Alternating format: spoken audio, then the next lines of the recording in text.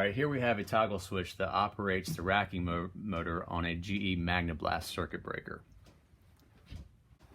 We're introducing the RSK, which means Remote Switch Kit, MBSW-1, which is for MAGNEBLAST Switching Operator, unit number 1. Now, this device will get the operator up to 100 feet away, or the worker up to 100 feet away using this wireless remote.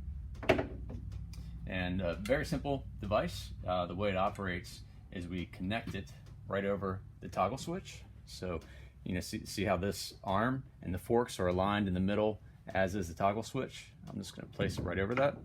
And I turn this twistable magnet to secure it in place. My next step is to take my M18 red lithium battery by Milwaukee and just slide it into the battery holder. Then I would wake up the device, press the wake button, and it turns the unit on. So here's our wireless remote, and again, this gets us up to 100 feet away. And basically you can look at this as a two-handed operation that you hold the enable button down, and then the red button and the green button mean you're moving it up or you're moving it down. So just like the toggle switch moves, if I need to raise the GE MAGNEBLAST, I'll hold the enable button and move it to the raised position. So as the MAGNEBLAST is raising up into its racked position, when it comes to its completion, I'll just need to move that toggle switch back down to the off position. So following suit, I'll press the enable button and push the green button to move it back to the off position. And if I needed to lower the MAGNEBLAST down, I'll push the enable button and hold the green button one more time to lower the toggle switch. And then as it comes to that completion, I would want to move it back to the off position. So that means I need to raise it up. So I'll hold the enable and hit the red button.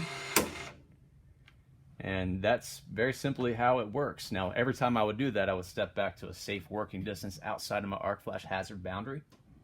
Okay. So after I've completed operation with the remote switching device, I need to remove it. And to do that will be very simple. I will come around here to the side and I'll press the sleep button, which just turns the power off to the actuator. I would remove my battery and put it back in its carrying case. And then finally I take the actuator off just by turning the twist lock magnet back to the off position, which kind of reverse polarity. It twists the magnet around so it's not attaching to the ferrous surface anymore. Then I'll just pull it off and I'll put that back in the carrying case. Now, one thing I'd like to illustrate is if this toggle switch were in the raised position, I would need to take this arm and the fork here that goes over the toggle switch and move that also to the raised position before I put it on.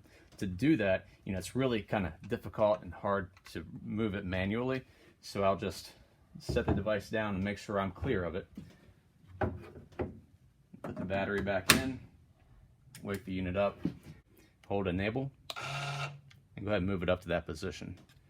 So now I'm going to turn the device back off. I'll take my battery back out. And that's just my preference. You don't necessarily have to do that every time, but I think it's a good safety practice to make sure that the thing won't power up and pinch you or something. So now you see it's moved up to that top position, and I can easily put it on and lock it in place.